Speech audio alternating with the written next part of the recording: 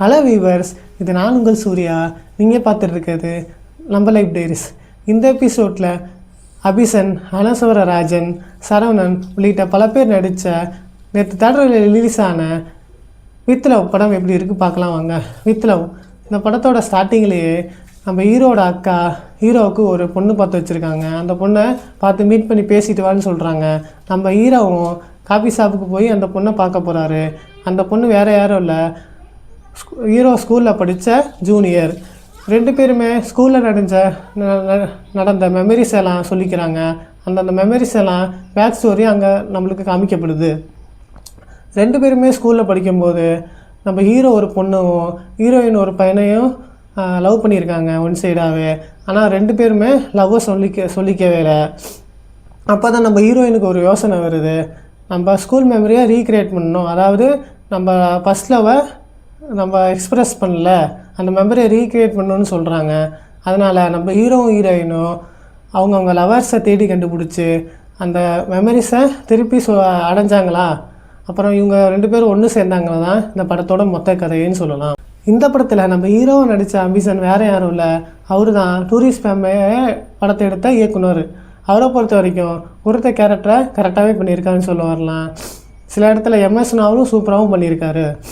அவர் school படிக்கும்போது love பண்ண பொண்ணுக்கு ஒரு கிஃப்ட்டு வரைஞ்சி வைப்பார். அதை அந்த பொண்ணுகிட்ட கொடுக்க முடியல. ஆனால் அந்த பொண்ணை தேடி போகும்போது அலையும் போது அந்த மூமெண்ட்டை ரீக்ரியேட் பண்ண சீன் செம்மையாக இருந்துச்சு. அவரை பொறுத்த வரைக்கும் நம்ம ஹீரோயின் ஒன்று சொல்லுவாங்க, சின்ன வயசில் எங்கள் அப்பா சிகரெட்டு குடித்தனால தான் இறந்துட்டாரு அப்படின்னு சொல்ல வர, அவரும் நம்ம ஹீரோவும் சிகரெட்டு குடிக்கிறத விட்டுருவார். அது எதற்கான ஒரு காரணத்தை சொல்லியிருப்பார். அந்த சீன் செம்மையாகவும் இருந்துச்சு, ஒர்க் அவுட் ஆகிருக்குன்னு சொல்லலாம். இப்போ ஹீரோயினை பொறுத்த வரைக்கும் அவங்களும் கொடுத்த கேரக்டரை சூப்பராகவும் பண்ணியிருக்காங்க. எமோஷனாலையும் அங்கங்கே சூப்பராக வெளிப்படுத்தியிருக்காங்கன்னு சொல்ல வரலாம். அவங்களும் சின்ன வயசில் அவங்க லவ் பண்ண லவ்வருக்கு ஒரு கிஃப்ட்டு கொடுக்கணுன்னு ஆசைப்படுவாங்க. அந்த கிஃப்டை அவரோட லவ்வரே இவங்களுக்கு திருப்பி கொடுப்பாங்க.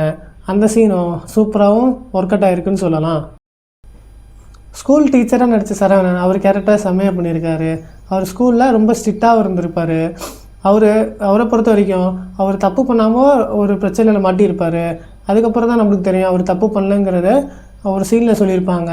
அதுவும் சூப்பராகவும் இருந்துச்சுன்னு சொல்ல வரலாம். இந்த படத்தில் மியூசிக்கை பொறுத்த வரைக்கும் சாண்ட் ரோல்டர் தான் பண்ணியிருக்காரு. அவர் குறிப்பாகவே பண்ணுற படம் எல்லாமே ஹிட்டுன்னு சொல்லுவாங்க. இந்த படத்துலையும் ஒர்க் ஆகிட்டா இருக்கான்னு கேட்டால் பாடல்கள் பெரும்பாலும் நம்ம மனசில் நிற்க முடியல. ஆனால் பேக்ரவுண்ட் ஸ்கோர் ஒரு சில இடத்துல அம்மிங் சூப்பராக இருந்துச்சுன்னு சொல்லலாம். மொத்தத்தில் அந்த படம் எப்படி இருக்குன்னு கேட்டிங்களா, ஸ்கூல் லைஃப்பில் நடந்த மெமரிஸ்லாம் அங்கங்கே காமிக்கிறாங்க.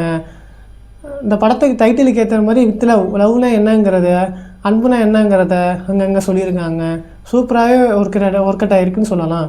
இந்த படத்தை பார்க்கலாமா வேணாமா கேட்டிங்களா, உங்களுக்கு லவ்னா என்னன்னு தெரிஞ்சுக்கணும்னா, ஸ்கூல் மெமரிஸ் இந்த மாதிரிலாம் விஷயங்கள்லாம் உங்களுக்கு பிடிக்கணும்னா கண்டிப்பாக இந்த படத்தை போய் தேட்டரில் போய் பாருங்கள். அடல்ட் கல்ச்சரை பொறுத்த வரைக்கும் இந்த படத்தில் எதுவுமே இல்லை, தாராளமாக போய் பார்க்கலாம். உங்களை நான் அடுத்த ஒரு நல்ல படத்தோடு சந்திக்கிறேன். நான் உங்கள் சூர்யா.